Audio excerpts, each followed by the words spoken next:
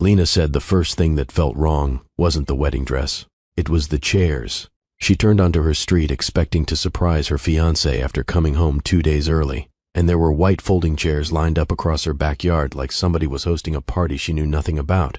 At first she honestly thought she had the wrong house. Then she saw Theophilus standing under the same flower arch where he had proposed to her, wearing a tuxedo, smiling at another woman. And when he called Lena the abusive ex, she realized she had never really known him at all. Welcome to Mr. Graham's story, my beautiful, amazing family. Y'all have been so supportive, and I promise to always do my best to give you the best as I learn and improve every day. If this is your first time watching, comment below with where you're watching from and subscribe to officially join the family. Lena's earliest memory of her father was not of him staying.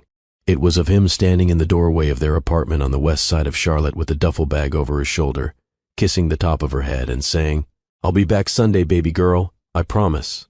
She was 8 years old, sitting cross-legged on the living room floor with a spelling workbook in her lap. Her little brothers were asleep on the pull-out couch. Her mother was in the kitchen pretending not to cry while she washed dishes that were already clean. Sunday came and went. Then another Sunday. Then 3 months. By the time Lena was old enough to understand what promises were, she already knew not to believe them. Their apartment sat over a beauty supply store and always smelled faintly like fried food from the takeout place next door. The wallpaper peeled near the windows. In the summer, the air conditioner worked only if somebody kicked the side of it. Her mother worked double shifts as a nurse's aide at a retirement home. Her grandmother cleaned houses until her knees swelled so badly at night that Lena would sit at the foot of her bed and rub them with menthol cream. By 11, Lena knew how to stretch a gallon of milk for 3 days. By 13, she knew how to sign her mother's name on school forms when she was too tired to stay awake after work.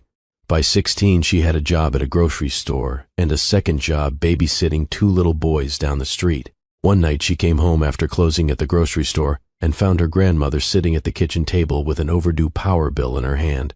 The kitchen was dark, except for the light above the stove. Her grandmother folded the paper before Lena could read it. "It's nothing," she said. Lena sat down anyway. "How much?" Her grandmother shook her head. "You are too young to be worrying about grown folks' problems. Somebody has to." The next morning, Lena took the money she had been saving for a used car and paid the bill. She never told anybody. That was the thing about Lena. She learned so early how to take care of everyone else that eventually it became the only way she knew how to exist. Her brothers, Marcus and Devin, used to joke that Lena was born 40 years old. When Marcus forgot his science project, Lena drove it across town before school. When Devin got suspended for fighting in 10th grade, she left a meeting with a client to pick him up. When her mother finally admitted she was tired of renting and wanted a house with a small yard and a porch, Lena made it happen.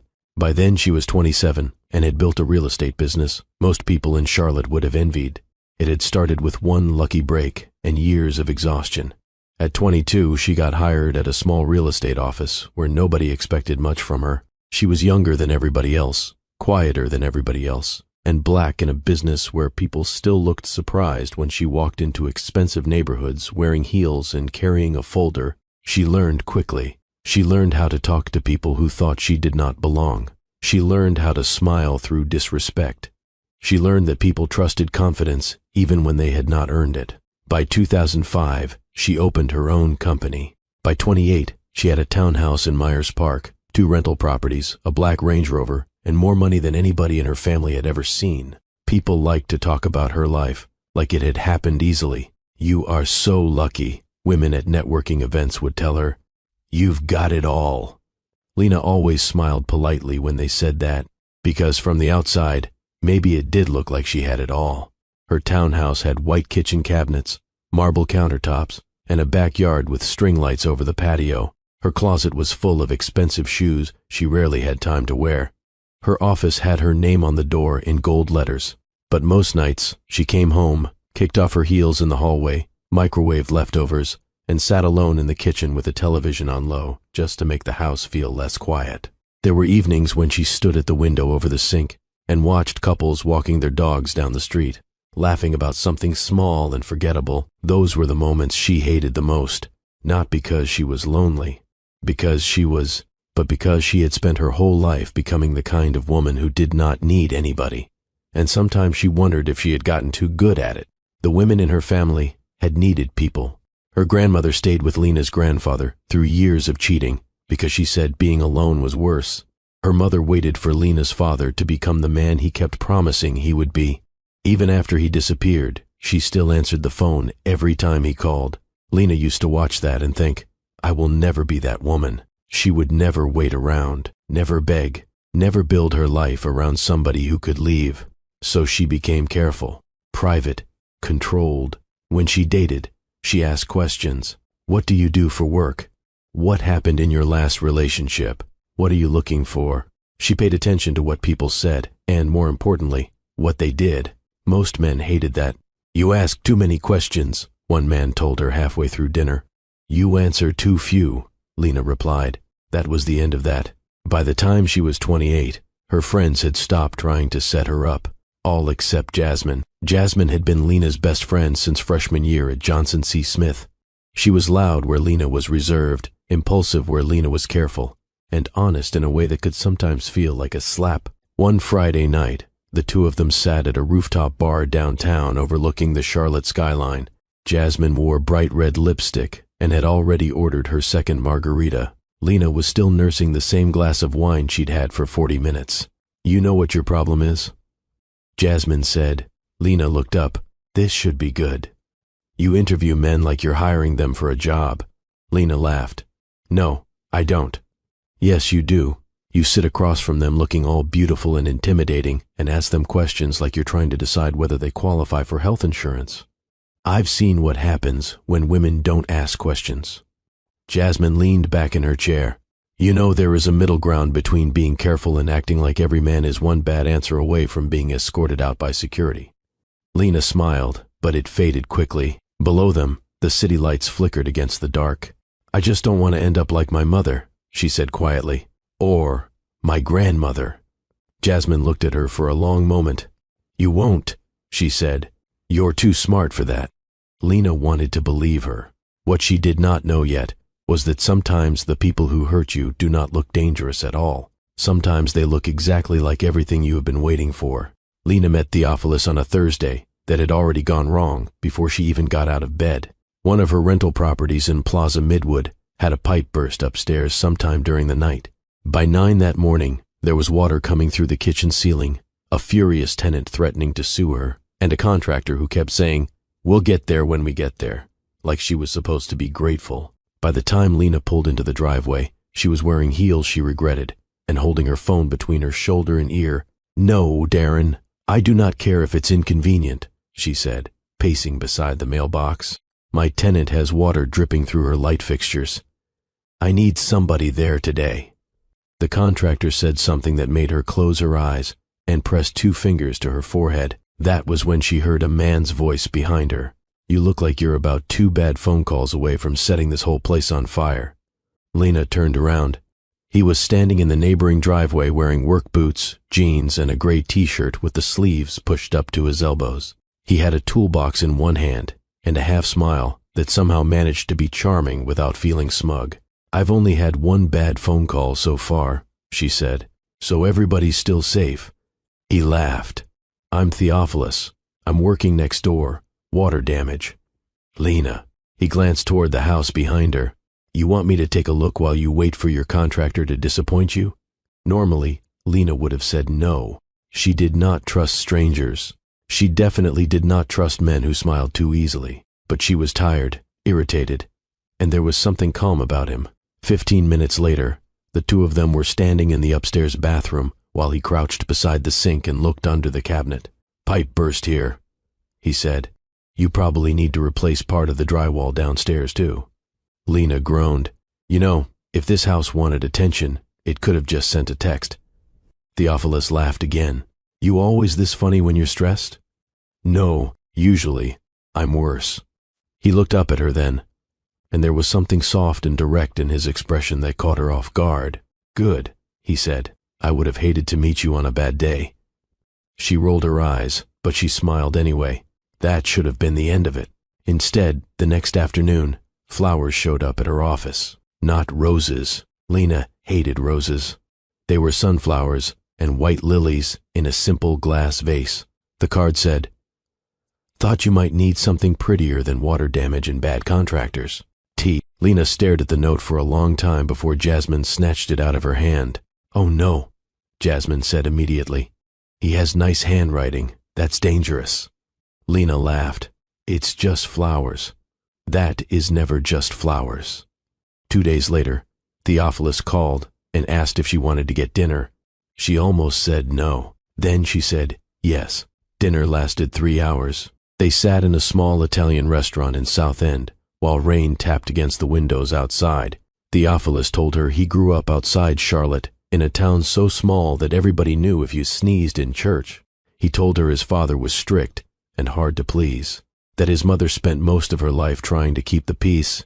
Lena found herself telling him things she did not usually tell people, about her grandmother, about helping raise her brothers, about how success had never really made her feel secure. Most people interrupted when Lena talked, or waited for their turn to talk about themselves.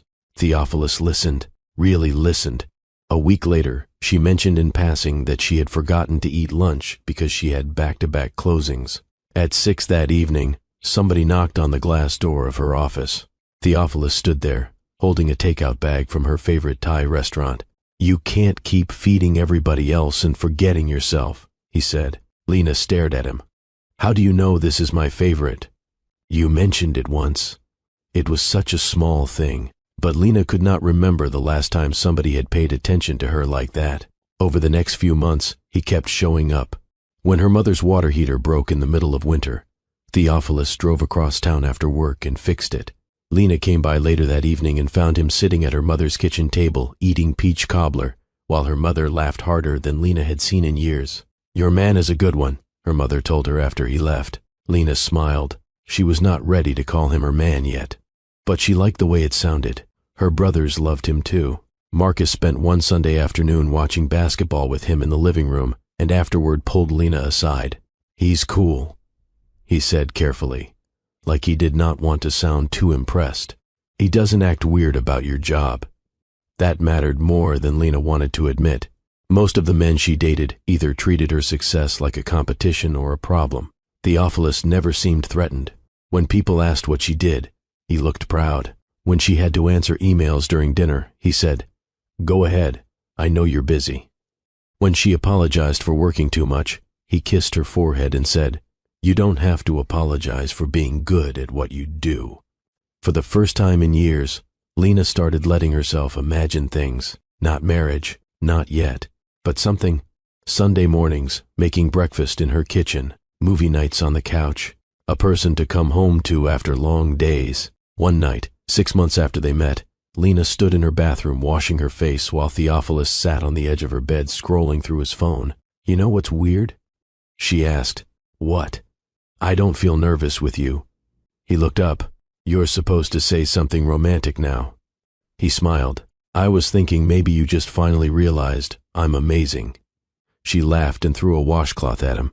Later, after he fell asleep, Lena lay awake beside him, listening to the soft sound of his breathing. For once, she did not feel lonely in her own house, and that scared her almost as much as it comforted her, because needing somebody meant they could hurt you. Still, little by little, she kept opening the door. Jasmine noticed. A month later, the two of them met for coffee before work. Lena was smiling at her phone when Jasmine sat down. "Oh, God," Jasmine said, dropping into the chair across from her. "You have that look." "What look?" "The look women get right before they start defending a man nobody asked them to defend." Lena laughed. "You're ridiculous." "I'm serious. You like him." "I do like him." Jasmine stirred too much sugar into her coffee and looked out the window for a second. Then she looked back at Lena. "What?" Jasmine hesitated. "I don't know," she said slowly. "There's just something about him." Lena's smile disappeared. "You don't even know him." "I know enough." "No, you know that nobody's ever good enough for me in your opinion." "That is not true." "Then what is it?" Jasmine leaned forward. "He listens too carefully. He remembers every little thing you say. He always knows exactly who to be." Lena frowned. "That's called paying attention." "Maybe." Jasmine shrugged. Or maybe he acts like he studied you before he met you. The cookout was at Lena's mother's house on a Sunday afternoon in July. By noon, somebody had already turned on old R&B in the backyard.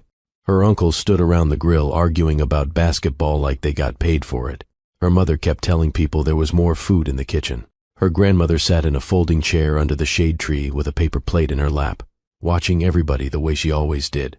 Lena had spent the morning helping set up tables in the backyard. Theophilus arrived carrying 2 bags of ice and a peach cobbler from a bakery her mother liked.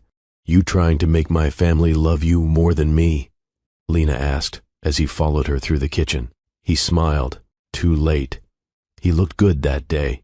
Khaki shorts, a white polo shirt, sunglasses pushed up on his head. He moved easily through the house, shaking hands, carrying chairs, helping her youngest brother Devin set up the cornhole boards in the yard. People liked him. That was the problem. Her mother liked how polite he was. Her brothers liked that he talked to them like equals instead of acting like he was trying to impress them. Even her grandmother, who trusted almost nobody, kept watching him with narrowed eyes that slowly softened through the afternoon. At one point, Lena walked into the kitchen and found her grandmother standing at the sink, while Theophilus dried dishes beside her. "You don't have to help," Lena said. "I know," Theophilus replied, "but your grandmother threatened me with a wooden spoon." Her grandmother didn't even try to hide her smile. "That man looks at you like you hung the moon," she said quietly after he walked back outside. Lena looked through the window at him standing in the yard with Marcus and Devin. For a second, she let herself believe it. Later that afternoon, everybody was outside eating. Lena sat beside Theophilus at one of the folding tables with a paper plate balanced on her knees. Her Uncle Reggie had already had enough beer to become louder than necessary. He pointed his plastic fork at Theophilus. "So what exactly's your plan, man?" he asked. Theophilus looked up. "For what?" "For dating a woman who makes more money than you." The table went quiet for half a second. Then one of Lena's cousins laughed. Her uncle grinned. "I'm just saying, Lena's out here buying houses and driving that fancy truck. You better keep up." Lena rolled her eyes. "Uncle Reggie, leave him alone." "I'm joking," he said, holding up his hands. "Shoot, if I had a rich girlfriend, I'd be acting right too." A few people laughed. Theophilus smiled, but it was the kind of smile that never quite reached his eyes. "It's all good," he said. "I'm not worried about it." Then he changed the subject. The afternoon moved on. By evening, people were packing leftovers into foil containers and hugging goodbye in the driveway. Theophilus helped Lena load folding chairs into her mother's garage. He was quieter than usual. "You okay?" she asked. "I'm fine." He said it too quickly. On the drive home, the silence in the car started to feel heavy. Lena glanced over at him while they sat at a red light. "You've been weird ever since the cookout." "I'm not being weird." "Then what's wrong?" He kept his eyes on the road. For a few seconds, he said nothing. Then finally, "You embarrassed me." Lena blinked. "What?" He let out a short laugh, but there was no humor in it. "At that table, with your family. My family embarrassed you, not me. But you let it happen." Lena stared at him. "It was a joke." "No, it wasn't." He gripped the steering wheel tighter. "Your uncle said it because that's how everybody sees me, like I'm some guy you're taking care of." "Nobody thinks that. You don't know what people think." His voice had changed, not louder, worse, colder. "You have all this money, all this success, and you don't even realize what it's like standing next to you sometimes." Lena turned toward him fully. "What is that supposed to mean?" "It means people assume I need you." "You don't need me." The second the words came out, she wished she could take them back. He looked over at her. "Wow, that's not what I meant." "No, it's exactly what you meant." The rest of the drive home was silent. When they got back to her townhouse, Theophilus went inside without saying anything. Lena stood in the kitchen for a minute, still holding her purse. Part of her was angry. Another part of her felt guilty, even though she could not fully explain why. She found him in the bedroom, sitting on the edge of the bed with his elbows on his knees. "I didn't mean it like that," she said softly. He didn't answer. Lena sat down beside him. "My uncle was being stupid." Your family doesn't respect me. That's not true. He looked up at her then, and there was something wounded in his expression that made her chest tighten. You don't understand, he said quietly. I've spent my whole life feeling like I wasn't enough. Then I meet you, and you're beautiful and successful, and everybody loves you. Sometimes I feel like there's no place for me in your world. Lena's anger disappeared almost immediately. She reached for his hand. There is a place for you. You don't see how people look at me. I don't care how people look at you, but I do. His voice cracked just enough to make him sound vulnerable. And that was the moment everything shifted, because Lena had spent her whole life protecting people she loved. Her mother, her brothers, even her father when she was little. So when Theophilus looked at her like that, she did what came naturally. She tried to make him feel safe. I'm sorry, she said. The words surprised even her. Theophilus looked at her for a second, then wrapped his arms around her. It's okay, he said into her hair. I know you didn't mean to hurt me. But she had not hurt him. Not really. The problem was that Lena did not know the difference yet between loving someone and taking responsibility for feelings that were never hers to carry. A week later, she turned down a chance to speak on a real estate panel because Theophilus had made an offhand comment about her always needing to be the center of attention. 2 weeks after that, she stopped correcting him when he interrupted her in conversations. Little things, so small she barely noticed them, but they added up. Late one night, Lena stood in front of the bathroom mirror, taking off her earrings while Theophilus slept in the next room. She thought about the cookout, about the look on his face in the car, about the apology she still wasn't sure she owed him. Then she told herself what women had been telling themselves for years when they loved somebody difficult. Relationships take compromise. And because she loved him, Lena convinced herself that becoming a little smaller was just part of loving him well. Theophilus moved into Lena's townhouse on a rainy Saturday in October. He arrived with 2 duffel bags, a dresser, a television, and exactly 3 framed photographs. Lena remembered standing in the doorway, holding a mug of coffee, while he carried boxes up the stairs. You know this is not very romantic, she said. Most people move in with flowers and candles. Theophilus set a box down in the hallway and grinned. I brought my own Netflix password. That's commitment. She laughed. At first it felt easy, exciting, like the beginning of the life she had been afraid to want. They fell into little routines faster than she expected. Theophilus made coffee every morning before she woke up. He left notes on the kitchen counter when he knew she had a stressful day. Good luck with the closing today. Don't forget to eat lunch. Proud of you. At night, he would sit on the couch waiting for her to come home from work. For the first few weeks, every time Lena pulled into the driveway and saw his truck parked outside, she felt something she had never really felt before. Relief. Like she finally had someone to come home to. One Tuesday night, Lena walked through the front door just after 8, carrying her heels in one hand and her laptop bag in the other. Theophilus was in the kitchen making pasta. You look exhausted, he said. I had 3 closings and a client who called me 6 times because she couldn't decide between 2 backsplash colors. He laughed and handed her a glass of wine. Sit down. I'll finish dinner.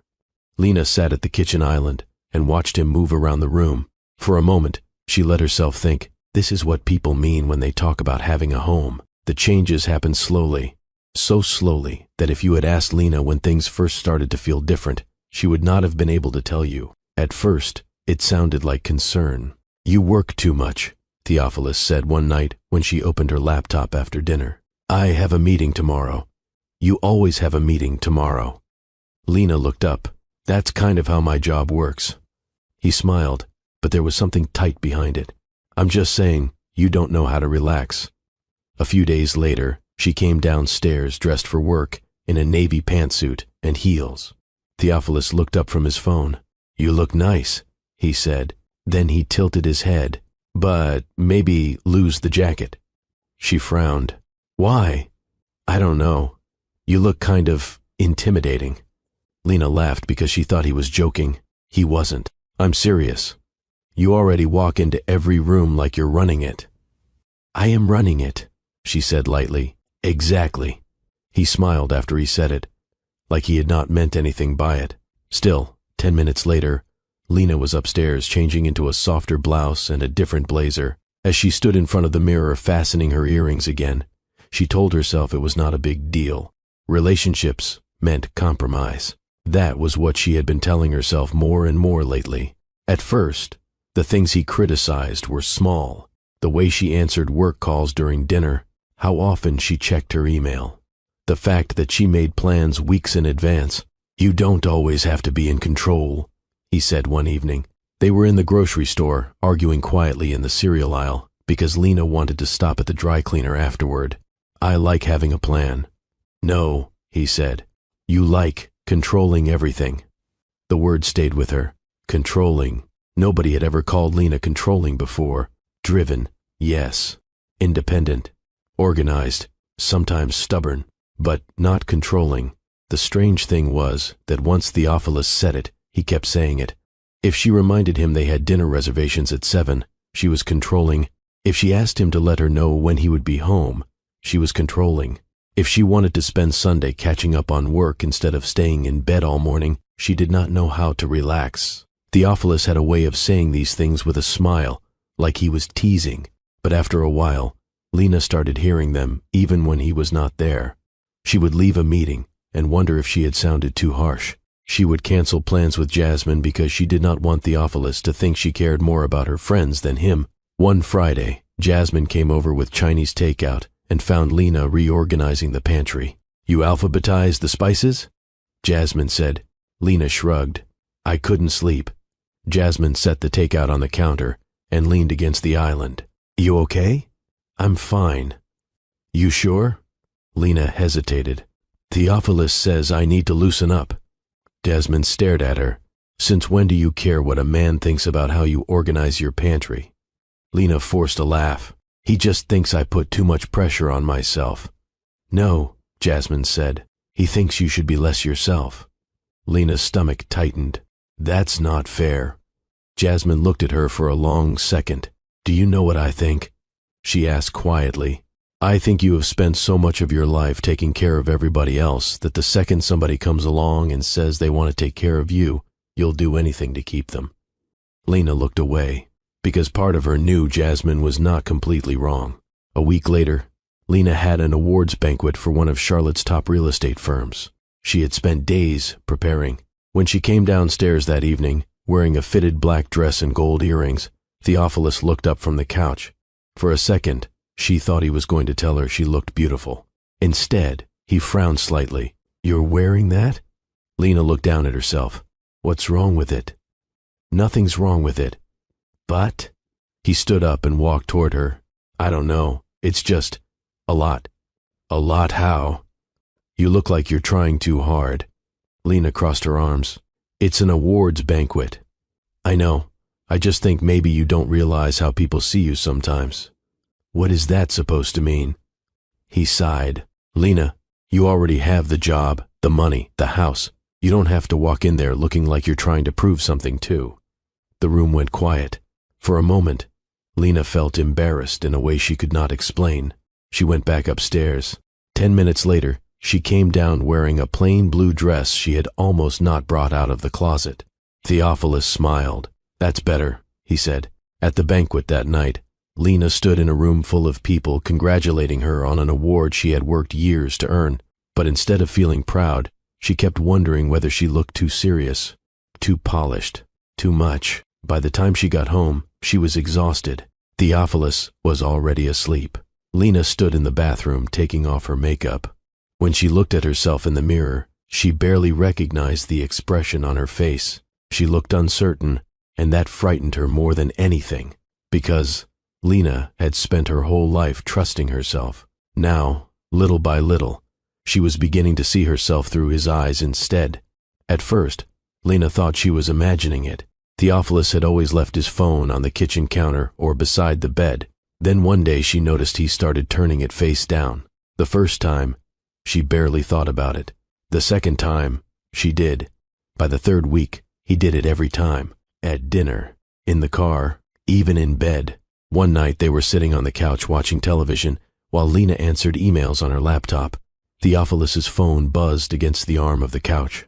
He picked it up so quickly, it almost looked automatic. Lena glanced over. "You've been popular lately."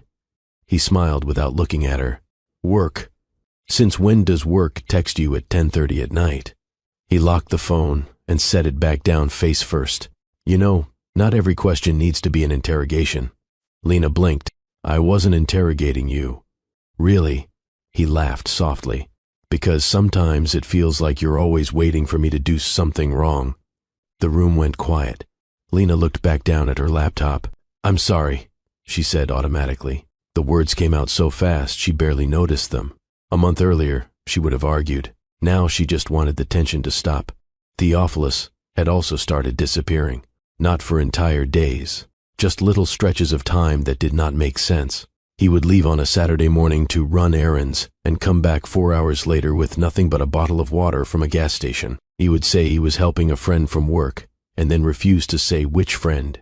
If Lena asked questions, he always had the same look on his face, disappointed, like she had failed some kind of test. One Friday evening, he told her he was going out to watch the game with a friend. By 11:30, he still was not home. Lena sat in the living room with the television on low and her phone in her hand. She told herself not to text him. Then she texted him anyway. Are you okay? No answer. 20 minutes later, when are you coming home? Still nothing. He finally walked through the front door just after 1 in the morning. Lena was still awake on the couch. Where were you? She asked. Theophilus looked annoyed before he even set his keys down. I told you, watching the game. For 6 hours? He shrugged off his jacket. My phone died. Lena stared at him. You were gone all night. It wasn't all night. It's 1 in the morning. He let out a breath and shook his head. You know what? I can't do this. Do what? This. He gestured between them like she should already understand. Every time I leave the house, you act like I'm doing something terrible. I asked where you were. No, you keep tabs on me. Lena stood up. That is not true. It is true. You need to know where I am, who I'm with, what I'm doing every second. It's exhausting. She looked at him in disbelief. You disappear for hours and won't answer your phone. Because I knew you'd make a big deal out of it. Lena opened her mouth, then closed it. Because somehow, even though she had been sitting alone for hours waiting for him, she suddenly felt like she was the one who had done something wrong. I wasn't trying to start a fight, she said quietly, but you always do. He went upstairs. 10 minutes later, Lena followed him. He was lying in bed scrolling through his phone, face down beside him when she walked in. I'm sorry, she said again. Theophilus sighed dramatically and reached for her hand. I just need you to trust me. Lena nodded, even though she no longer trusted herself. The strange thing about being slowly manipulated is that you do not realize it is happening while it is happening. You think you are becoming more patient, more understanding, more loving. You do not realize you are disappearing. By winter, Lena had started apologizing almost every day. Sorry I worked late. Sorry I forgot to call. Sorry I asked. Sorry I misunderstood. Sorry. The more she apologized, the more impossible it became to remember what she had done wrong in the first place. Jasmine noticed before anyone else did. They met for lunch one Saturday at a small restaurant in Dilworth. Jasmine arrived 10 minutes late wearing sunglasses and carrying a giant iced coffee. You look tired, she said the second she sat down. Thanks. That's exactly what every woman wants to hear. I'm serious. Lena looked down at the menu. I've just been busy. Jasmine didn't answer. When the waiter walked away, she leaned forward. What's going on with you? Nothing. Lena. There was something in Jasmine's voice that made Lena look up. You don't sound like yourself anymore. Lena laughed softly. I don't know what that means. It means you second-guess everything you say now. It means every time I ask you how you're doing, you spend 10 minutes explaining why Theophilus isn't as bad as he sounds. Because he isn't. Really? Jasmine sat back in her chair. Last month, you canceled dinner with me because he said I was a bad influence. Lena frowned. He never said that. He said I don't respect your relationship and that I make you doubt him. Oh, Lena looked away because he had said that. Late one night, after Jasmine called him controlling. She doesn't want to see you happy, he had told Lena. That's not true. Then why is she always trying to turn you against me? At the time, Lena believed him, or at least wanted to. Now, sitting across from Jasmine, she felt something cold and uncomfortable settle in her stomach. You know what I think? Jasmine asked quietly. Lena did not answer. I think he keeps making you feel guilty, because if you're busy defending yourself, you don't have time to question him. Lena's chest tightened. That's not fair. Jasmine let out a tired laugh. There you go again. What? Defending him. I'm not defending him. You are, Lena. The table fell silent. Outside the restaurant window, people walked past carrying shopping bags and laughing in the cold. For a moment, Lena thought about telling Jasmine everything. The phone, the disappearing, the way she sometimes felt nervous before bringing up even small things, because she never knew how he would react. But then she pictured Theophilus sitting in the kitchen looking hurt and misunderstood. She pictured him saying, "You make me sound like a monster." And immediately she felt guilty. He loves me, Lena said quietly. Jasmine looked at her for a long time. Then she reached across the table and took Lena's hand. I know, she said softly. I'm just not sure he loves you in a way that lets you stay yourself.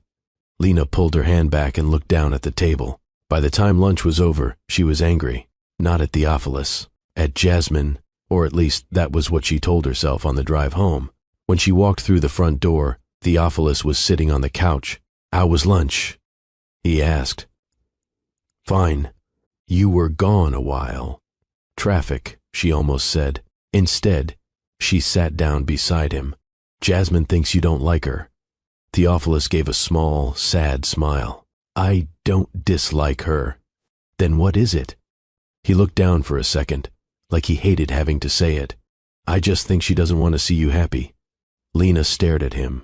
Then, even though she no longer fully believed the words herself, she heard herself say, You're probably right. By the time spring came, Lena and Theophilus had been together a little over a year. From the outside, they looked like the kind of couple people envied. They went to dinner with friends. They hosted game nights at the townhouse. They posted pictures from weekend trips to Charleston and Asheville, where Theophilus stood beside Lena with his arm around her waist, smiling like he had won something. People said things like, You two are perfect together. Lena smiled every time she heard it, because sometimes she still wanted to believe it too. The proposal happened on a warm Friday evening in May. Lena had spent the day showing houses and was irritated because one of her agents had forgotten paperwork before a closing. By the time she drove home, she was tired, hungry, and halfway through planning what she needed to do the next morning. As she turned into her driveway, she noticed the lights. String lights. They hung across the backyard in soft golden lines. There were candles along the stone path and white flowers everywhere. For a second, she just sat in the car staring. Then she got out. The back gate was slightly open. Lena walked through it slowly, still holding her keys in one hand. Music was playing softly somewhere. At the center of the yard, beneath the oak tree, stood Theophilus. He was wearing the dark blue suit she once told him made him look unfairly handsome. For a second, he just smiled at her. Then she saw everyone else. Her mother stood near the patio with both hands over her mouth. Marcus and Devin were standing beside her grinning. Even her grandmother was there in her Sunday church hat, even though it was Friday. Jasmine stood near the back fence, holding a glass of wine. When Lena looked at her, Jasmine gave her a small smile that looked more complicated than everybody else's. Theophilus stepped toward Lena. You know, he said, when I met you, I thought you were the most intimidating woman I'd ever seen. A few people laughed. Lena did too. And then I got to know you, he continued, and I realized you're also the strongest person I've ever met. You take care of everybody. You make people feel safe. You made me feel safe. Lena felt tears rising before she could stop them. For so long, she had wanted somebody to really see her. Not the businesswoman, not the woman who always had the answers. Just her. Theophilus reached into his pocket. You are home to me, he said quietly. And if you'll let me, I want to spend the rest of my life being home to you too. Then he got down on one knee. Lena covered her mouth with both hands. Somewhere behind her, her mother started crying. Theophilus opened the ring box. Lena, he said, his voice shaking just enough to sound real, will you marry me? She said yes before he even finished asking. Everybody cheered. Her brothers hugged her so hard, she almost dropped the ring box. Her mother cried into her shoulder. Even her grandmother wiped at her eyes and said, "Lord, it's about time." For the first time in years, Lena let herself stop being careful. Later that night, after everyone had eaten and laughed and taken pictures in the backyard, Lena stood in the kitchen with her grandmother while people packed up leftovers. Her grandmother touched Lena's hand gently. "That man looks at you like you hung the moon," she said. Lena smiled. "I know," but across the room, Theophilus was not looking at Lena. He was looking at the group of people gathered around him. Her uncles were slapping him on the back. Her cousins were asking to see the ring again. Her mother kept introducing him to people as, "my future son-in-law." Theophilus stood in the middle of it, smiling in a way Lena had never seen before. Not happy, pleased, like he was enjoying being admired. Later, when everybody left, Lena and Theophilus sat in the backyard alone beneath the string lights. Lena leaned her head against his shoulder. "I can't believe you did all this. I wanted it to be perfect." It was. He looked around the yard. "I told your brother to move the chairs because they looked cheap in the pictures." Lena laughed softly. "Of course you did. And your cousin kept trying to put her purse on the table near the flowers. The horror." "I'm serious," he said, smiling. "I didn't want anything ruining it." There was something about the way he said it that made Lena glance at him. "You know nobody would have cared, right?" "I would have." He looked back toward the yard. "I just wanted everybody to see." He stopped. "To see what?" He smiled again. "How much I love you." But something about the pause stayed with her. Over the next few weeks, wedding planning began. At first, it was fun. Lena and her mother spent a Saturday afternoon looking at venues and laughing over terrible flower arrangements. Her grandmother wanted gospel music. Marcus wanted to give a speech. Devin said he was only agreeing to wear a suit if Lena paid him. For a little while, it felt like happiness. Then slowly, the same familiar feeling returned. Theophilus cared less about the marriage than he did about how the marriage looked. He became obsessed with details that did not matter. He argued with Lena for 20 minutes because she wanted a small ceremony and he wanted at least 200 guests. "Why do we need that many people?" she asked. "Because it's our wedding." "No, it's your audience." He laughed, but his face changed slightly. When they met with a photographer, Theophilus spent most of the meeting talking about what side of his face looked best in pictures. When Lena said she wanted something simple and intimate, he said, "You always want to control everything." The word hit her the way it always did. Control. By then, Lena was tired of fighting. So, she let him choose the venue. She let him invite people she barely knew. She even let him convince her not to ask Jasmine to be maid of honor. "He just doesn't think I'm supportive enough," Jasmine said one night when they met for drinks.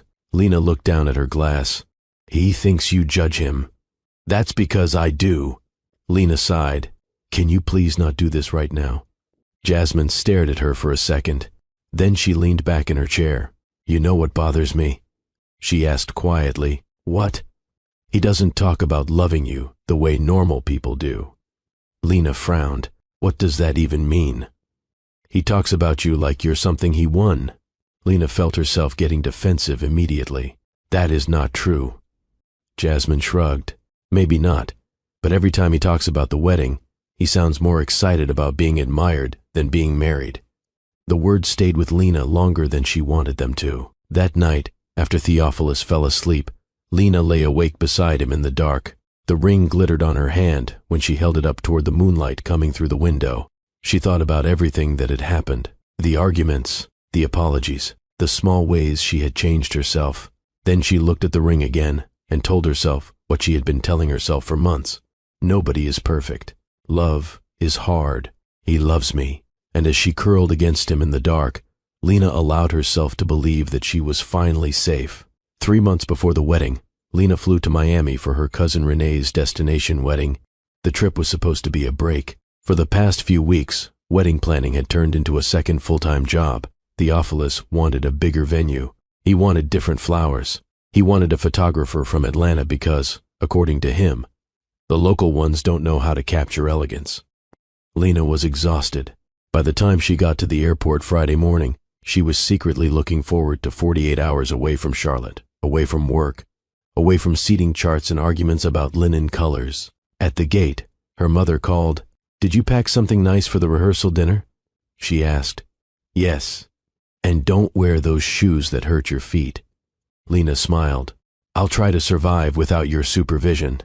You laugh now, but you'll call me crying when your toes go numb." By the time she landed in Miami, the rest of the family was already there. Renee had rented out part of a resort near the beach. The hotel lobby smelled like sunscreen and expensive perfume. Everywhere Lena looked, there were people carrying garment bags and glasses of champagne. Her brothers were already at the pool. Marcus waved when he saw her. "There she is, Miss Future Bride." Devin pointed at her suitcase. "You bring work with you?" "Of course she did," Marcus said. Lena rolled her eyes. Inside her room, there were already 3 missed calls from Theophilus. She called him back while standing by the balcony doors. "You made it?" he asked. "I made it. I miss you already." She smiled despite herself. "It's been 4 hours. Longest 4 hours of my life." There was a pause. Then, "Did you call the florist before you left?" Lena closed her eyes. "Yes." "And what did she say about the centerpieces?" "Theophilus, what?" "I just got here. I'm just asking." By Saturday afternoon, the mood at the resort had changed. Renee and her fiancé Eric had been tense all morning. At brunch, they barely spoke to each other. During the rehearsal, Renee snapped at him in front of everybody because he forgot the rings in the hotel room. By dinner, nobody was pretending anymore. The argument started in the middle of the restaurant. "I am tired of you making me look stupid," Renee said sharply. Eric threw his napkin on the table. "You think everything has to be perfect all the time. Because if I don't do it, nobody will." Half the restaurant went quiet. Lena sat frozen beside her mother, while Renee stormed out crying. Eric followed her a minute later. Nobody really knew what to do after that. Her aunt started crying. One of her cousins ordered another round of drinks. Marcus muttered, "This is exactly why I'm never getting married." Later that night, Lena sat on the balcony outside her hotel room, listening to the ocean. She thought about Renee, about the way she had looked at Eric across that table, like she didn't even recognize him anymore. It unsettled her more than she wanted to admit. Around midnight, Theophilus called again. "How's Miami?" he asked. "It's a mess." He laughed softly. "See, everybody else's relationship is crazy. Ours is fine." Lena leaned back in the chair and looked out at the dark water. "You ever think maybe we're doing too much?" she asked. "What do you mean?" "The wedding. All of it." There was a pause. "I think you're just stressed." "Maybe." "You know what you need?" He said, "You need to come home so I can take care of you."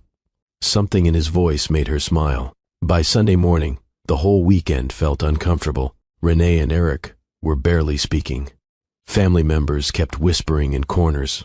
Her aunt kept insisting everything was fine in the same tone people use when nothing is fine at all. Lena stood in the hotel lobby holding an iced coffee and suddenly realized she did not want to stay another 3 days. She was tired. She missed her own bed. And more than that, she missed the version of home she still believed she had waiting for her. So she changed her flight, the earliest one she could get left that afternoon. She did not tell anybody except her mother. "You're leaving?" Her mother asked. "I'll call Renee later." "You sure?" Lena nodded. "I just want to go home." She thought about texting Theophilus. Then she smiled to herself and decided not to. She pictured his face when she walked through the door. He would probably be stretched out on the couch in sweatpants watching television. He would look surprised, then happy. Maybe he would pull her into his arms and tell her he missed her. For the first time in weeks, the thought made her feel lighter. On the flight back to Charlotte, Lena sat by the window and looked down at the clouds. She thought about the wedding, about the house, about the life they were building. She pictured herself standing in the kitchen years from now, while Theophilus made coffee. She imagined children running through the backyard beneath the same oak tree where he had proposed. She even caught herself smiling. When the plane landed, Charlotte was wrapped in the soft gold light of early evening. By the time Lena got her suitcase and drove out of the airport, The sky was beginning to darken. The closer she got to her neighborhood, the more relieved she felt. Then she turned onto her street, and immediately something felt wrong. There were cars everywhere, not normal cars, luxury cars, a white Mercedes, a black Escalade, a silver Porsche parked halfway in front of her neighbor's mailbox. Lena slowed the Range Rover. At first she thought maybe someone on the street was having a party. Then she saw more cars lined up outside her house. And suddenly, with her hands tightening around the steering wheel, she realized the music she was hearing was coming from her backyard. For a second, Lena just sat there with the engine running. The music was soft, string instruments, maybe, something slow and expensive. There were more cars than would have fit in her driveway, so people had parked up and down the street. A valet stand sat near the curb in front of her house. A valet stand. Lena stared at it like it belonged in front of somebody else's life. Her first thought was that maybe she had the wrong day. Maybe Theophilus had planned some surprise engagement party and forgotten to tell her. But no, that made no sense. She had been gone less than 48 hours. Her suitcase was still in the back seat. Slowly, she pulled the car to the side of the road. The house looked different.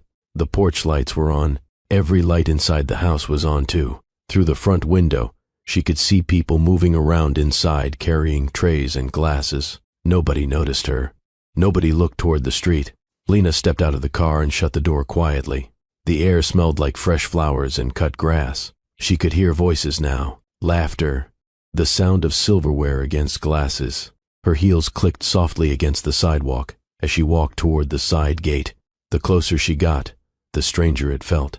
There were white roses tied to the fence, the same flowers Theophilus had used when he proposed.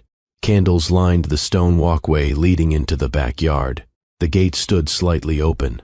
Lena pushed it with one hand. At first, all she could see were the chairs. Rows of white chairs set up across her backyard in perfect lines. Every seat was filled.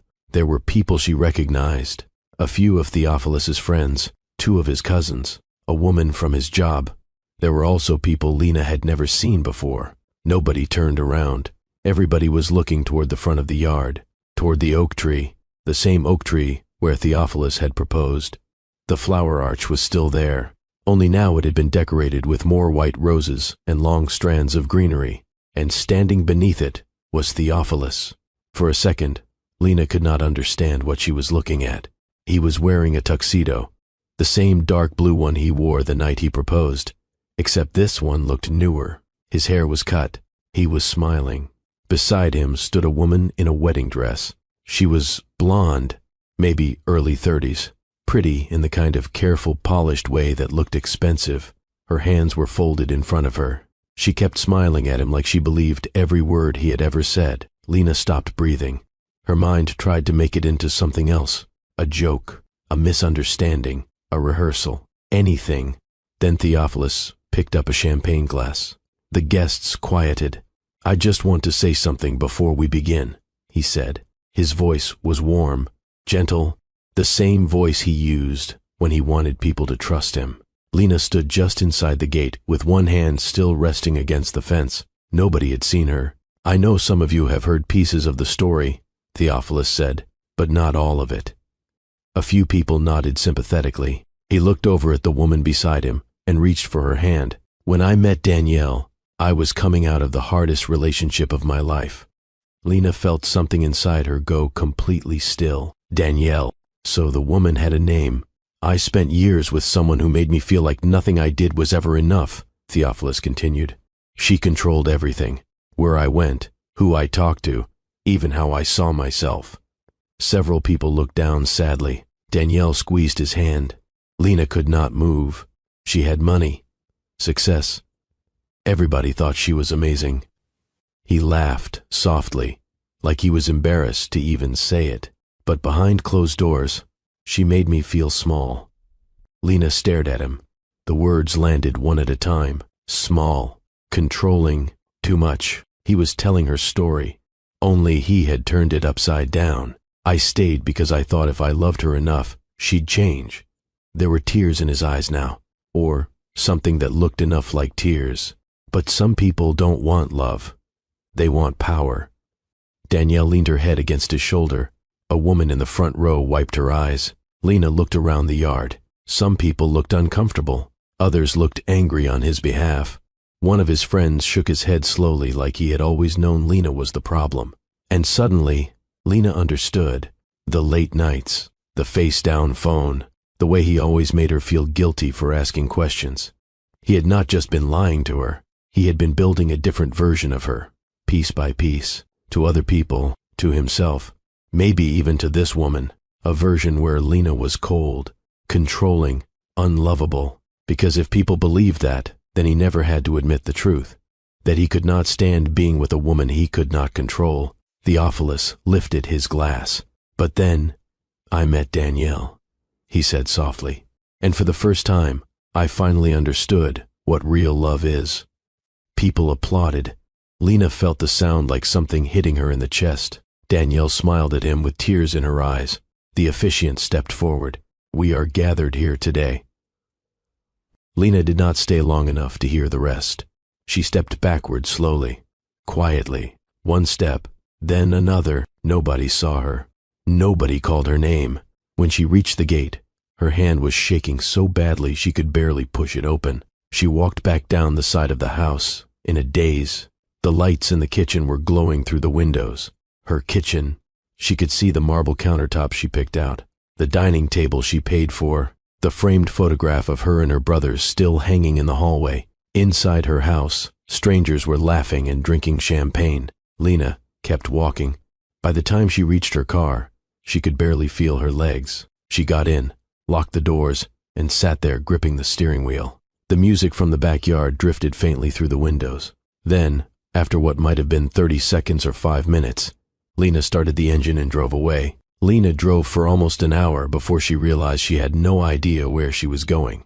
Charlotte blurred past outside the windows. Traffic lights, gas stations, dark neighborhoods. At one point, she ended up in a grocery store parking lot and sat there with the engine running while a family loaded bags into the back of a minivan. The mother was laughing about something. The father had a toddler asleep against his shoulder. Lena watched them for a minute and then looked away. Her chest hurt, not in the dramatic way people talk about heartbreak. It was quieter than that, like somebody had reached inside her and slowly taken apart every certainty she had. Eventually, she drove to a hotel near the airport because it was the first place she could think of where nobody would know her. The woman at the front desk smiled politely and asked if she wanted one key or two. Lena just stared at her. Then she heard herself say, "One." The room was cold and smelled faintly like bleach and stale air conditioning. There was a painting of flowers above the bed and a coffee maker on the counter beside the television. Lena set her suitcase down by the door and stood in the middle of the room, still wearing the same clothes she had traveled in. For a few seconds, she did nothing. Then she sat on the edge of the bed, and finally, she cried. Not the quiet tears she had cried when she was stressed. Not the controlled kind where you wipe your face and pull yourself together before anybody sees. This was different. It came out of her all at once. Years of exhaustion, years of making herself smaller, years of apologizing for things that were never wrong with her in the first place. She cried until she could not breathe. Then she cried because she could. At some point, she ended up sitting on the floor beside the bed, with her back against the mattress. Her engagement ring still sat on her finger. She stared at it for a long time. Then she pulled it off and placed it on the nightstand. The room was quiet, except for the sound of the air conditioner turning on and off. And in that silence, something awful happened. Everything started making sense. The comments about her being intimidating, the way he always said she was controlling whenever she asked simple questions, the way he made her feel guilty for working, for succeeding, for having friends, for taking up space. Every argument suddenly looked different. Every apology, every moment where she walked away feeling confused and somehow responsible. She remembered the night of the family cookout, her Uncle Reggie making that stupid joke, Theophilus sitting in the car afterward, telling her she embarrassed him. At the time, she thought she had hurt him. Now she saw what really happened.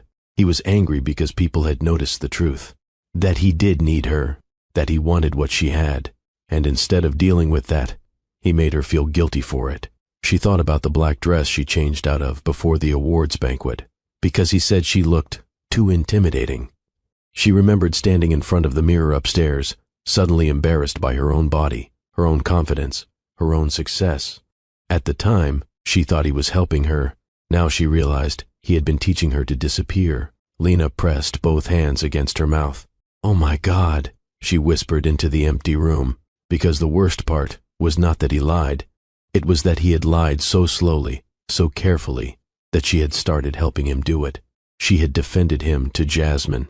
She had stopped trusting her own instincts. She had looked at herself through his eyes until she no longer recognized the person she saw. Her phone sat on the bed beside her. It had been buzzing for almost 20 minutes. Missed calls from her mother, texts from Marcus, 3 missed calls from Theophilus. The messages made her stomach turn. "Where are you? Please let me explain. This isn't what it looks like." Lena laughed out loud when she read that. A short, broken sound that barely sounded like her. Then she blocked his number. After that, she called Jasmine. It was after 2 in the morning. Jasmine answered on the second ring. "Lena?" The second she heard her voice, Lena started crying again. "Where are you?" Jasmine asked immediately. Lena told her the name of the hotel. "I'm coming."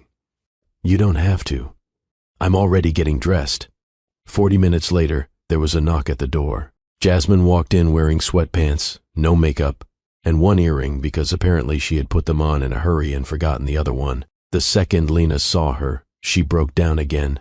Jasmine wrapped her arms around her and held her without saying anything. For a long time, neither of them spoke. Eventually, they sat on the bed with their shoes kicked off and a vending machine bag of chips between them. Lena told her everything. The cars, the chairs, the woman in the wedding dress, the things Theophilus said about her. Jasmine sat very still while she listened. When Lena finally finished, the room went quiet. Then Jasmine let out a slow breath. "I knew something was wrong," she said softly. "I know, but I didn't know it was this." Lena looked down at her hands. "I keep thinking maybe I missed something. Maybe if I had paid more attention." "No." Jasmine's voice was sharper this time. Lena looked up. "This is not your fault." "But how did I not see it?" "Because he didn't want you to."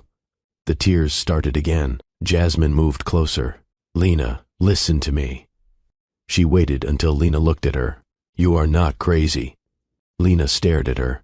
"You are not too controlling. You are not too much. You are not impossible to love." The room blurred through Lena's tears. Jasmine reached over and took her hand. "He needed you to believe that," she said quietly, "because otherwise you would have left sooner." Lena stayed in the hotel for 2 more nights. Jasmine stayed the first night. Her mother came the second. By the 3rd day, Lena had stopped crying every hour. Now she only cried when something caught her off guard. A commercial with a wedding dress, the sight of her engagement ring sitting in the hotel drawer, the fact that every morning she still reached for her phone, expecting to see a message from Theophilus before remembering she had blocked him. Her mother sat beside her on the hotel bed, folding towels that did not need folding. "You don't have to go home yet," she said quietly. "I know. You can stay with me."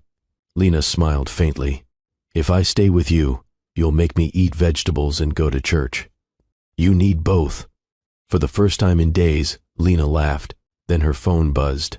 An unknown number. She almost ignored it. Instead, she opened the message. "Hi, my name is Danielle. I know you probably hate me, but I didn't know about you. Not really. Please let me explain." Lena stared at the screen so long that her mother looked over. "What is it?" Lena handed her the phone. Her mother read the message and immediately frowned. "Absolutely not." "I know. That girl has some nerve." Lena wanted to agree. She wanted to hate Danielle. It would have been easier. But later that night, sitting alone in the hotel room with the television on mute, she kept thinking about the look on Danielle's face in the backyard, the way she held onto Theophilus's arm, the way she looked at him like she trusted him. Lena knew that look because she had worn it too. The next morning, she texted back. 1 hour later, she was sitting in the corner of a coffee shop in South End, waiting for the woman from her backyard. Danielle arrived 5 minutes late. She looked different in daylight, smaller somehow. The perfect hair was pulled back into a messy bun. She wore jeans, no makeup, and looked like she had not slept in days. For a second, both women just stood there, Then Danielle sat down slowly. "Thank you for meeting me," she said. Lena folded her hands tightly in her lap. "I almost didn't." Danielle nodded. "I wouldn't have blamed you." The waitress came by and asked if they wanted anything. Neither of them did. For a moment, nobody spoke. Then Danielle looked down at the table. "He told me you broke up months ago," she said quietly. Lena felt something twist in her stomach. "What?" Danielle swallowed. "He said you were together for a long time, but it ended. He said you wouldn't accept it." Lena stared at her. "He lived in my house." Danielle looked up sharply. "What?" "He lived with me. We were engaged." The color drained from Danielle's face. "He told me you were obsessed with him," she whispered. "He said you couldn't let go." Lena let out a short laugh. Not because anything was funny, because suddenly, it was all so unbelievable. "He proposed to me in that backyard." Danielle blinked. "The same backyard?" Lena nodded. There was a long silence. Danielle looked like she might be sick. "He told me the house belonged to both of you," she said finally. "He said he was trying to move out, but you kept making things difficult." Lena leaned back in her chair. For a second, she could not even find words. Then she shook her head, slowly. "Everything in that house is mine." Danielle covered her mouth with one hand. "Oh my God." They sat there for a while, comparing pieces of the same lie. Theophilus had told Danielle he worked for a construction company that did luxury commercial projects. In reality, he had not worked steadily in months. He told her he traveled often for work. Those were the nights he disappeared. He told Danielle he wanted a simple life, away from drama, away from a woman who made him feel small. Danielle looked down at her coffee cup. "He said you made him feel like he was never enough." The words hit Lena harder than she expected, because she remembered him saying almost the exact same thing to her in the car after the cookout. Only now she realized something. Theophilus used the same story with everyone. He simply changed the names. "You want to know the worst part?" Danielle asked quietly. Lena looked up. "I believed him." Her voice cracked on the last word. For the first time since she sat down, Lena saw something she recognized. Not competition, not betrayal. Shame. The kind that comes from realizing you handed your trust to the wrong person. "I did too," Lena said softly. Danielle's eyes filled with tears. "I had no idea," she whispered. "If I had known." "I know." Neither of them reached across the table. Neither of them suddenly became friends. The hurt was too fresh for that. But something shifted, because for the first time, Lena understood that Danielle was not the person who betrayed her. Theophilus was. Danielle wiped at her eyes. "There were other things too," she said. "What things?" "He borrowed money from me." Lena frowned. "How much?" $5,000. Lena stared at her. "He said he needed it for a business problem." Lena looked out the coffee shop window. Then slowly, she nodded, because suddenly she was remembering little things, strange charges, calls he stepped outside to answer, the fact that he always seemed to have less money than he claimed. Danielle pulled out her phone. "There are messages," she said quietly. "Pictures, dates." Lena looked down at the screen. As Danielle scrolled, Lena realized with a sick feeling that some of those messages had been sent while Theophilus was sitting beside her on the couch, while he was sleeping in her bed, while he was telling her he loved her. By the time they left the coffee shop, it was raining. The two women stood awkwardly under the awning outside. "I don't know what to do now," Danielle admitted. Lena looked at her for a moment. Then she said the truest thing she could. "I think we both have to accept that we never really knew him." Danielle nodded slowly, and neither of them argued. After meeting Danielle, Lena finally went home, not because she was ready, because she was tired of letting Theophilus chase her out of her own life. Jasmine came with her. They parked in the driveway together, and for a second, Lena just sat there gripping the steering wheel. The wedding chairs were gone. The flowers were gone. But there were still small pieces of that night everywhere. Wax from melted candles on the stone path, a torn ribbon caught in the fence near the gate, one white rose lying dead beneath the oak tree. Jasmine looked over at her. "You don't have to do this today." "Yes," Lena said quietly. "I do." The house smelled stale when she walked in, like nobody had opened a window in days. Theophilus had taken some of his things. The dresser drawers in the bedroom were half empty. The closet looked uneven without his clothes on one side, but he had left enough behind to make it feel worse. His razor in the bathroom, his shoes by the back door, a mug on the kitchen counter, like he still thought he belonged there. Lena stood in the middle of the kitchen and looked around. Then she walked upstairs, opened the closet, and pulled down the box where she kept important papers. At the bottom were copies of their wedding contracts, invoices, and receipts. She sat on the floor and started reading. At first, she was only trying to distract herself. Then she noticed something strange. A deposit had been paid to the wedding venue from an account she did not recognize. There was a business name attached to it, Carter Property Solutions. Lena frowned. Theophilus had never mentioned owning a company. She opened her laptop. 2 hours later, Jasmine found her still sitting on the floor. "What are you doing?" Lena looked up slowly. "Lying," she said.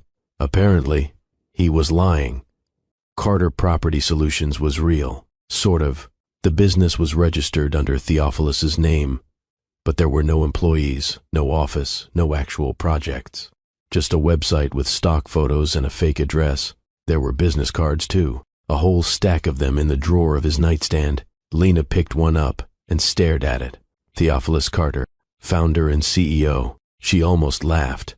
Instead, she felt cold. The more she looked, the worse it got. There were credit card statements for accounts she had never seen before, messages from lenders, emails about late payments. Then, she found an old tablet in the back of his closet. When she turned it on, she discovered it was still connected to his email. Lena sat on the edge of the bed staring at the screen, while message after message loaded. There were emails to women, so many women, one in Atlanta, one in Columbia, one in Charlotte. Different names, different stories, but always the same version of himself. The misunderstood man, the loyal man, the man trapped in a terrible relationship with a woman who did not appreciate him. He sent one woman the same good morning text he used to send Lena.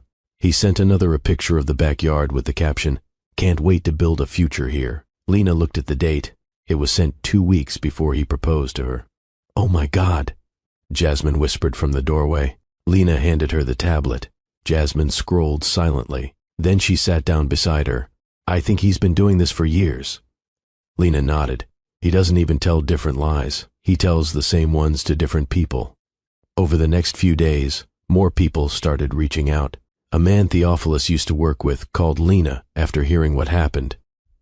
"He borrowed $3,000 from me last year," he admitted. "Said his mother was sick." Lena frowned. Theophilus's mother wasn't sick. "I know that now." Then one of his cousins messaged her. Apparently, Theophilus had been telling people for months that he and Lena were already separated, that she was bitter, controlling, angry. At first, people believed him. Why wouldn't they? He sounded convincing. He always did. But once Danielle told her side of the story, once people realized the wedding had happened in Lena's backyard while they were still engaged, the cracks began to show. The version of himself Theophilus had spent years creating started falling apart. Lena had a choice. She could stay quiet. That was what she always did. She had spent most of her life protecting people, protecting her father when he disappointed her mother, protecting men who made excuses, protecting Theophilus every time somebody questioned him. But she was tired, not angry, just tired. So, for the first time, she stopped protecting him. Not with a screaming social media post, not with revenge, just the truth. When her family asked what happened, she told them. When people from the wedding called, she told them. When one of Theophilus's friends came by her office looking uncomfortable and confused, Lena sat across from him and calmly explained everything. The lies, the overlap, the fact that Theophilus had been living in her house while promising another woman a future. "You don't have to defend me," she said quietly, "but I'm not going to keep carrying his version of the story." Word spread faster than she expected. Within 2 weeks, people stopped returning Theophilus's calls. One of the men he borrowed money from threatened to sue him. Danielle told him never to contact her again. Even his own cousin called Lena and said, "I don't think I ever really knew who he was." Theophilus tried to call from different numbers. He emailed her. He left one voicemail that Jasmine listened to first and immediately deleted. "Nope," she said, handing the phone back. "We are not doing that." One afternoon, Lena walked into the mailbox area at her office and found a small envelope with her name written on it. Inside was a handwritten note from Theophilus. "I never meant for this to happen. Please, talk to me." There was no apology, no truth, just the same thing he had always wanted, another chance to explain his way out of what he had done. Lena folded the note in half and dropped it into the trash, because by then, something had finally become clear. Theophilus had spent years building a version of himself that only existed as long as other people believed it. And now, piece by piece, that version was disappearing. The first night Lena slept back in the townhouse, she left every light on. The kitchen light, the hallway light, even the small lamp beside the couch. The house felt unfamiliar now, even though every inch of it belonged to her. She lay awake in bed, listening to the refrigerator hum downstairs and the occasional sound of a car passing outside. For almost a year, there had always been another person in the house, another set of footsteps, another voice. Now there was only silence, and somehow silence could be both peaceful and painful at the same time. The next morning, Lena stood in the backyard holding a trash bag. The weather had started to cool. The grass was damp from the night before. For a minute, she just looked around. The backyard had once been her favorite part of the house. It was where she drank coffee in the mornings, where she sat with Jasmine on summer nights, where Theophilus had proposed. Now all she could see was that night. The chairs, the candles, the sound of people applauding while he called her the villain. Lena walked over to the fence and pulled down the last of the white ribbons still tied there. Then she picked up the dead flowers that had blown into the corners of the yard. By the time she was done, the trash bag was full. It did not fix anything, but it helped. A few days later, Marcus and Devin came over with paint supplies and a ladder. "What are we doing?" Lena asked as Marcus carried a paint can through the kitchen. "You said you hated the backyard now," Marcus said, "so we're changing it." Devin grinned. "You don't really have a choice. We already bought everything." For the first time in weeks, Lena smiled without forcing it. The three of them spent the afternoon in the backyard. Marcus restrung the lights in a different pattern. Devin dragged the old patio furniture to the curb and replaced it with new chairs. Lena planted lavender along the fence. By sunset, the yard looked different. Not completely, but enough. That evening, her mother came over carrying fried chicken and sweet tea. "You boys better not have messed up my daughter's yard," she said the second she stepped outside. "We improved it," Devin said. "You painted the flower pots crooked. They're artistic." Her mother rolled her eyes and handed Lena a plate. For a while, they sat together in the backyard, eating and talking about small things. Marcus complained about work. Devon told a ridiculous story about a woman who hid his car in a grocery store parking lot, and then blamed him for being parked. Lena listened and laughed in the right places.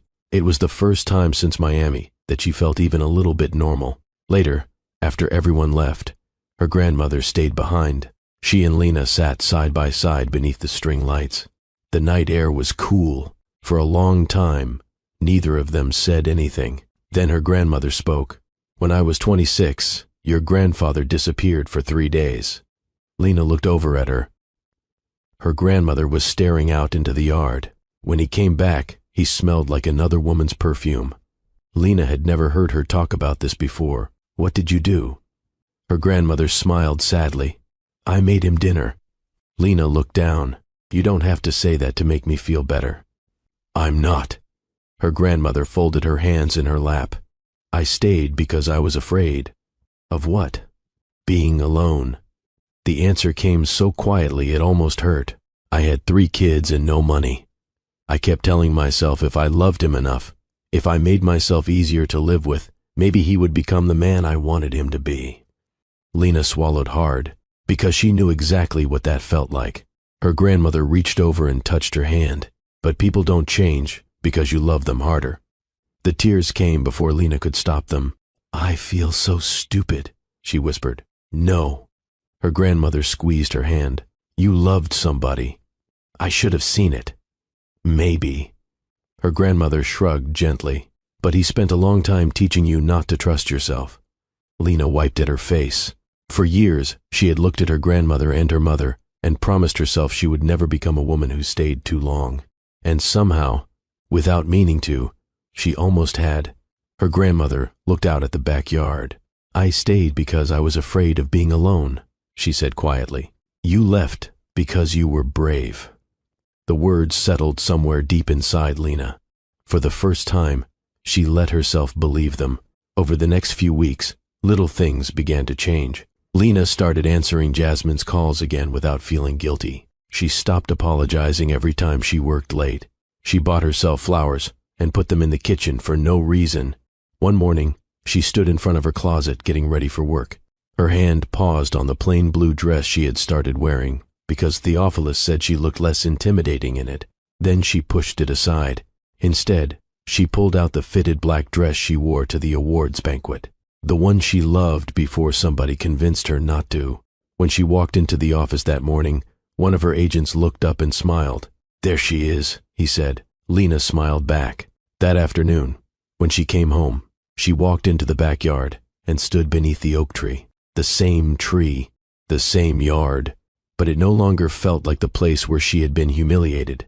It felt like hers again, and for the first time in a long time, Lena stood there without feeling small. By October, almost 6 months had passed since the night Lena came home from Miami. The leaves in Charlotte had started changing. The mornings were colder. The backyard looked different now. The dead flowers were gone. The new lights Marcus hung glowed softly over the patio.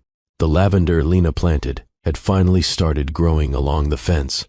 From the outside, her life looked normal again. She worked. She saw her family more. She and Jasmine had fallen back into the kind of friendship that felt easy and honest again. But every now and then, something still caught her off guard. A man wearing the same cologne Theophilus used to wear, a wedding commercial on television, the dark blue suit she still had not donated because she could not bring herself to touch the garment bag in the back of the closet.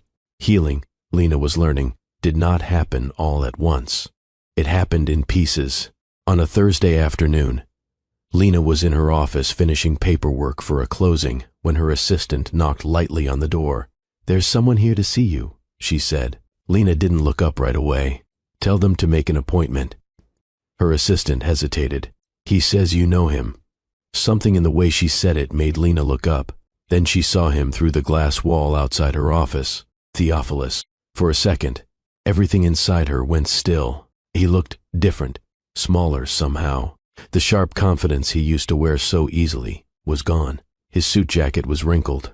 His beard had grown in unevenly. He looked tired in the kind of way that sleep does not fix. Lena stood slowly.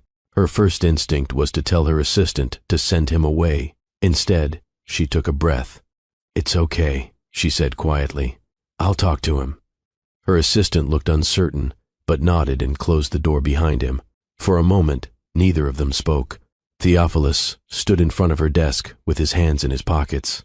"You look good," he said. Lena did not answer. He glanced around the office. Her name was still on the wall in gold letters. The framed awards were still behind her desk. The life he once tried to make her feel guilty for still existed.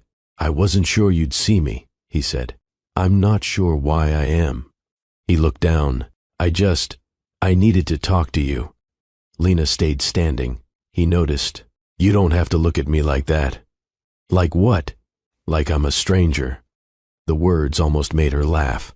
Instead, she folded her arms. "You are." Theophilus flinched slightly. For a second, he looked exactly like he used to whenever she questioned him. Hurt, misunderstood. Only now, Lena could see it for what it was. A performance he had spent years perfecting. "I know I messed up," he said quietly. "Messed up?" He looked down again. "I made a mistake." Lena stared at him. A mistake was forgetting an anniversary. A mistake was taking the wrong exit on the highway. Standing in her backyard and marrying another woman while telling people she was abusive was not a mistake. But she let him keep talking. Everything fell apart after. He stopped. "After everything happened." Lena said nothing. "Danielle left." "Of course she did. I lost my apartment." Lena remembered suddenly that Theophilus never really had one. My cousin won't talk to me anymore. Nobody will. He looked at her then, and for the first time, Lena saw something she had never really seen before. Not confidence, not charm, need. Theophilus had always needed people to believe him, needed attention, needed admiration, needed somebody else to carry the weight of who he refused to be. I know you probably hate me, he said. Lena thought about it. Strangely, she didn't. Hatred would have meant he still mattered more than he did. I don't hate you, she said quietly. Theophilus looked relieved. That used to be enough. One small sign of forgiveness, and he would step closer, talk softer, make her feel guilty for hurting him.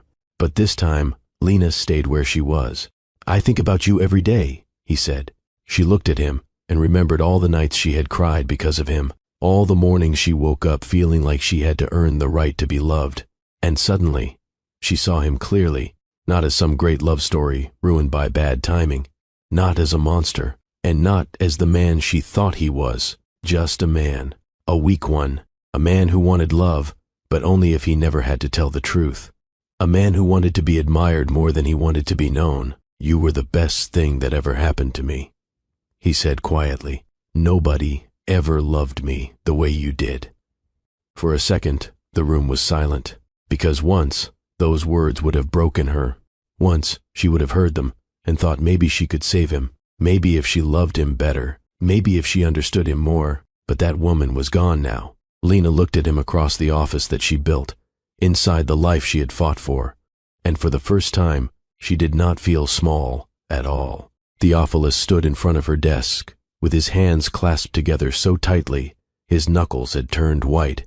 I know I don't deserve another chance, he said. I'm not asking for that. Lena looked at him. It was a lie. Maybe he believed it. Maybe he didn't. But Theophilus had always wanted one more chance, one more conversation, one more opportunity to explain himself in a way that would make other people feel sorry for him. What are you asking for? She said. He swallowed. I just need you to understand. There it was. Not accountability. Understanding. The same thing he had always wanted from her. He sat down slowly in the chair across from her desk, even though she had not invited him to. For a second, Lena almost told him to leave. Instead, she let him talk. My father. He stopped and looked down at his hands. You know what he was like. Lena remembered the stories. A cold man, hard to please, the kind of father who only noticed mistakes. He spent my whole life making me feel like nothing I did was enough, Theophilus said quietly. Nothing. Lena said nothing. My mother always acted like everything was fine even when it wasn't. That's what I grew up with, pretending. He looked up at her then. I know I lied. I know I ruined everything, but I didn't know how to be the person you needed. Lena felt something in her chest shift, because 6 months ago, those words would have worked. 6 months ago, she would have looked at him and thought about the little boy he used to be. She would have wanted to comfort him. She would have reached across the desk and told him it wasn't too late. But now she understood something she had not understood before. You can feel sorry for someone and still refuse to let them hurt you again. Theophilus leaned forward. When I met you, I felt like you had everything together. You were successful, beautiful, strong. Everybody loved you. He laughed softly, but there was no humor in it. And I think part of me hated how much I needed that. Lena stared at him. At least that part was honest. You made me feel small sometimes. The words hung in the room, and for the first time, Lena did not rush to fix them. I never wanted you to feel small, she said quietly. I know, but I spent a long time making myself smaller because you did. Theophilus looked down. Lena stood and walked slowly toward the window. Outside, she could see people moving through the parking lot below. Someone was carrying a coffee. Someone else was laughing into a phone. Ordinary life. The kind that keeps going, no matter what breaks inside you. When we first got together, she said softly, still facing the window, I loved that you paid attention to me. Theophilus said nothing. I loved that you remembered little things. I loved that you made me feel like maybe I didn't have to carry everything by myself. Her voice shook slightly. Do you know what the saddest part is? He looked at her. I spent so much time trying to protect you from feeling insecure That I stopped protecting myself. The room went quiet. Lena turned back toward him. I changed the way I dressed because of you. He opened his mouth. She kept going. I stopped seeing Jasmine as much because you said she didn't want me happy. Lena. Oh, I apologized for things that were never wrong with me. Tears filled his eyes. Or maybe he wanted her to think they had. I know, he whispered. No, she said. I don't think you do. For the first time since he walked into her office, Theophilus looked like he had nothing left to say. Lena came back around the desk and stood in front of him. I loved you, she said quietly. I really did. He closed his eyes. And I trusted you. A tear slid down his face. Maybe it was real. Maybe it wasn't. It did not matter anymore. Lena looked at him and saw a man who had spent his entire life running from himself. A man who blamed his childhood, his loneliness, his fear, because those things were easier to face than the truth. The truth was that he wanted to be loved without ever learning how to love honestly. I used to think if I loved you enough, you would become who you said you were, she said. Theophilus looked up at her. But love doesn't fix people who don't want to tell the truth. He stood up then, suddenly desperate. I can change. Lena shook her head gently. Maybe you can. For a second, hope flashed across his face. Then she said, very quietly, but I am not waiting around to see it. The hope disappeared. Lena took a breath. I did love you, but I had to stop loving you to save myself. The room went silent. Theophilus stared at her like he had never seen her before. Maybe he hadn't. Because this version of Lena was not the woman who apologized to keep the peace. She was not the woman who shrank herself to protect somebody else's pride. She was not the woman who confused being needed with being loved. Theophilus looked down at the floor. Then finally, after a long moment, he nodded once. Lena walked to the office door and opened it. He hesitated, as if he was still waiting for her to change her mind. She didn't, and a few seconds later, she watched him walk down the hallway and disappear. By the following spring, Lena's life looked nothing like it had a year earlier, and for the first time, that no longer felt like a loss. The townhouse felt different now, lighter. The guest room that used to hold half of Theophilus's things had become Lena's office at home. She painted the walls soft green and filled the shelves with books, family pictures, and the small framed note Jasmine once gave her that said, "Stop apologizing for taking up space." She finally donated the dark blue suit still hanging in the back of the closet. She threw away the wedding binder. She stopped checking her phone for numbers she did not recognize. Little by little, the pieces of her life stopped feeling broken and started feeling rebuilt. She spent more time with her family. Sunday dinners at her mother's house became a habit again. Her mother still cooked too much food. Marcus still argued with everybody about sports. Devin still showed up late and acted shocked every time there were no leftovers. One Sunday, Lena stood in the kitchen washing dishes while her mother dried them beside her. "You seem happier," her mother said quietly. Lena smiled a little. "I think I am." Her mother nodded. Then, after a second, she said, "You know, when your father left for the last time, I kept thinking if I had been prettier, calmer, easier, maybe he would have stayed." Lena looked over at her. Her mother stared down at the dish towel in her hands.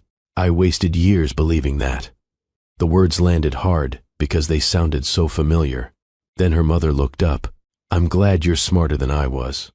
Lena reached for her hand. "No," she said softly. "I just finally learned sooner." She and Jasmine were closer now too, not because Jasmine had saved her, because Jasmine had refused to disappear when Lena stopped acting like herself. One Friday night, the two of them sat at the same rooftop bar where they had sat months before. The Charlotte skyline glowed in the distance. Jasmine lifted her glass. To never dating a man with perfect handwriting again. Lena laughed so hard she almost spilled her drink. "I should have listened to you." "No," Jasmine said. "You should have listened to yourself." For a second, neither of them said anything. Then Jasmine smiled. "You know what's nice?" "What?" "You laugh different now." Lena looked at her. "What does that mean?" "It means you sound like yourself again." Months earlier, that would have made Lena cry. Now it made her smile. Work was different too. Lena stopped making herself smaller in rooms where she belonged. At meetings, she spoke with the same confidence she used to have before Theophilus convinced her it made her intimidating. She wore the black dress when she wanted to. She stopped apologizing before sharing an opinion. One afternoon, one of the younger women who worked for her stopped by her office after a meeting. "I hope you don't mind me saying this," she said, "but I want to be like you someday." Lena almost said, "No, you don't," because for so long, being her had felt exhausting. Instead, she smiled. "Be better than me," she said. Then she added, "And don't ever let anybody make you feel guilty for being strong." That evening, Lena went home and carried a glass of wine out into the backyard. The sun was beginning to set. The lavender along the fence had grown thick and purple. The new patio chair sat beneath the string lights Marcus hung months ago. The yard was quiet except for the sound of wind moving through the trees. Lena sat down beneath the oak tree, the same place where Theophilus proposed, the same place where he married somebody else. For a long time, she used to think that meant he had ruined it, but he hadn't, because the backyard was never really about him. It was about what she believed she needed, someone to choose her, someone to make her feel safe. Now she understood something she had not understood before. Being loved is not the same thing as being diminished. The right person does not punish you for succeeding. They do not make you apologize for your ambition, your voice, your confidence, or your light. Love is not supposed to cost you your peace. And being alone, she had learned, was painful sometimes. There were still nights when the house felt too quiet. Still mornings when she wished she had somebody beside her. But there was something worse than being alone. It was being with someone who made you question your own reality. Someone who taught you to mistrust yourself. Someone who asked you to disappear so they could feel bigger. Lena looked up at the lights glowing above her in the branches of the oak tree.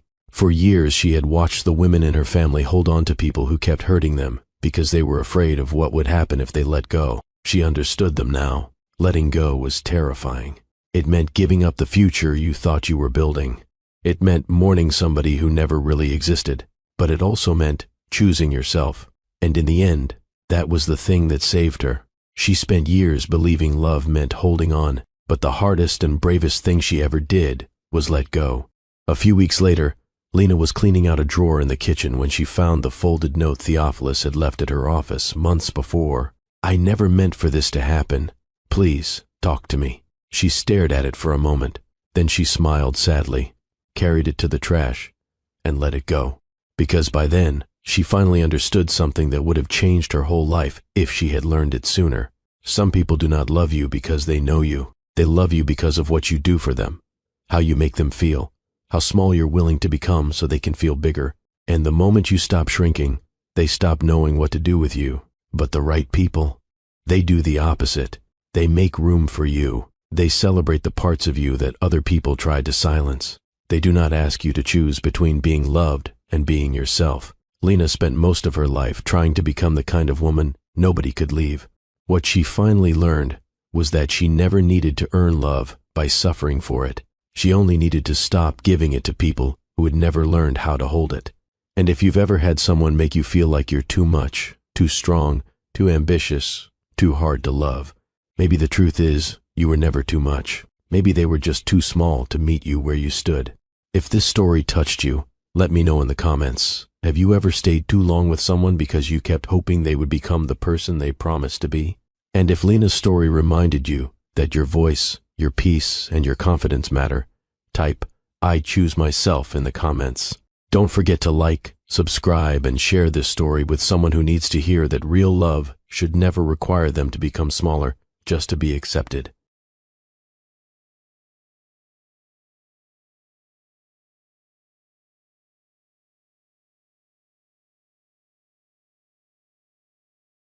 Thank you for watching Mr. Graham Stories, my beautiful, amazing family.